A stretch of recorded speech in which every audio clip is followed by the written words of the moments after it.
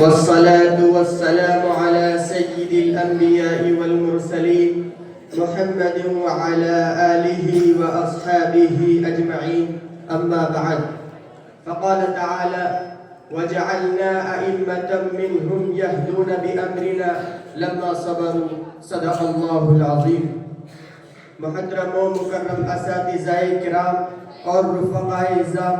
اور بزم معینی کے نوشگفتہ پھولوں، آج میں آپ حضرات کے سامنے اس عظیم شخصیت کا ذکر کرنے کی سعادت پا رہا ہوں جس کے علم و عمل نے ہماری درسگاہ کو معنویت بخشی، جس کے اخلاق نے سینکڑوں دلوں کو سیکل کیا، جس کی بصیرت نے نسلوں کی سوچ جگمگا دی، وہ بے کرے اخلاص ستون علم حضرت مولانا غلام محمد وستانوی ہے،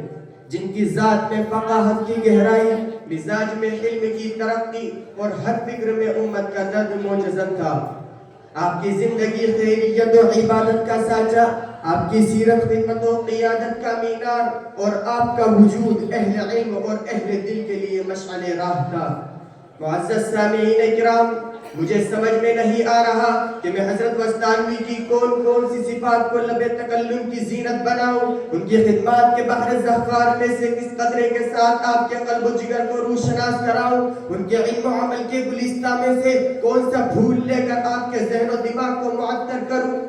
وہ اگر جھوم جھوم کر قال رسول اللہ صلی اللہ علیہ وسلم کی صدا لگائے تو آقا مدنی صلی اللہ علیہ وسلم کے فرمان نظر اللہ امرا سمع منا شیئا فبلغه كما سمعه اور حدثوا عنی کی عملی تقسیم نظر آئے. اگر ان کو نظامت و ریاست، تعلیم و تربیت کے میدان میں طلبہ اور مہمانان رسول صلی اللہ علیہ وسلم کے لیے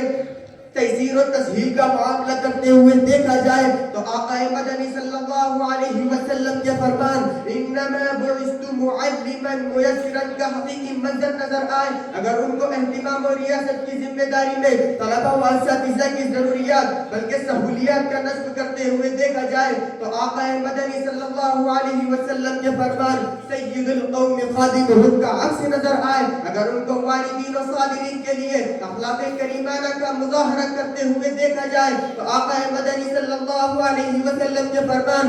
انما بعثت لاتمم مکارم الاخلاق کی ترجمانی نظر آئے.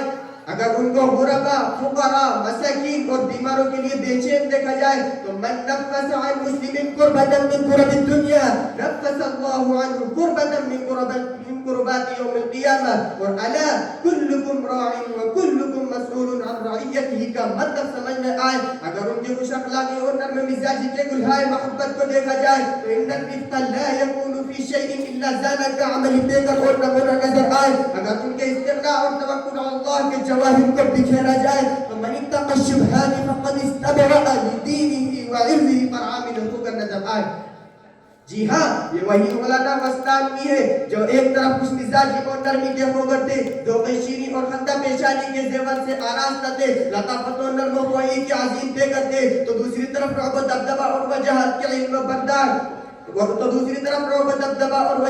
علم بردار ان کا شیخ یونس جونپوری کے علم و عمل، مفتی احمد بیمات کے زہد و تقوی، شیخ ذوالفقار لربری کے جذبہ ایثار، شیخ علی افغانی کے اخلاص و تقوی، شیخ عبداللہ کابودروی کی محنت و محبت، قاری صدیق بانوی کی صحبت باپیز، مولانا اسد اللہ رامپوری کی تربیت کا نمایاں اثر نظر آتا تھا. ان کی شب روز کی جانفشانی، گلشن وستانوی کی آبیاری میں ان کے علم و عمل کی زندگانی، ان کے ایثار و محبت کی فراوانی، ان کے وارثان علم و نبوت کی قدردانی، ان کے ایک ایک عمل کو عقیدت کا یہ سلام پیش کرتے ہوئے کہتا ہے کہ کس کس ادا پہ جان دوں تو ہی بتا اے جان جانا،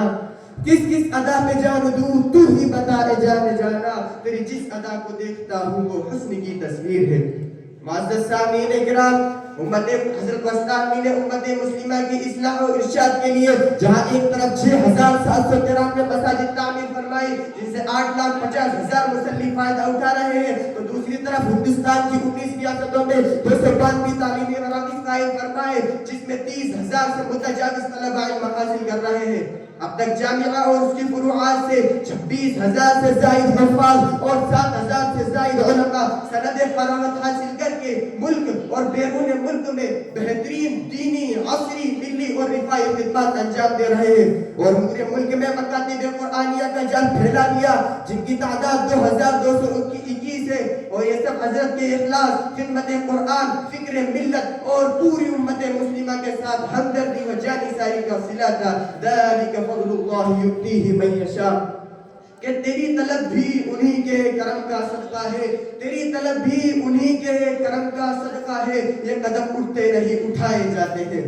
معزز سامعین کرام، مجھے تاریخ کے اوراق میں بہت ساری باہمت اور باصلاحیت شخصیات نظر آتی ہیں جن کی جدائی ملک کائنات کے لیے عظیم سانحہ کی حیثیت رکھتی ہے، اور ہر ایک کی جدائی قلب و جگر کے ملال کا باعث ہے، مگر یہ سلسلہ کسی شخصیت پر رکتا نہیں، بلکہ میرے آقا کے فرمان ذیشان لا یزال اللہ یغرس فی ھذا الدین غرسا یستعملہ فی طاعتہ، اس بات کا غمازی کرتا ہے کہ جہاں جہاں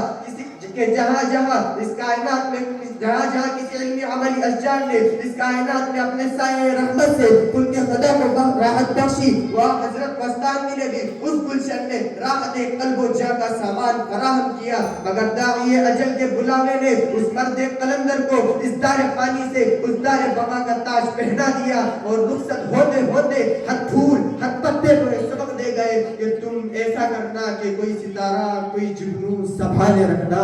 تم ایسا کرنا کہ کوئی ستارہ کوئی جگنو سنبھالے رکھنا، میرے نشانات قدم پر چل کر اس بزم کا خیال رکھنا۔ وآخر دعوانا ان الحمد للہ۔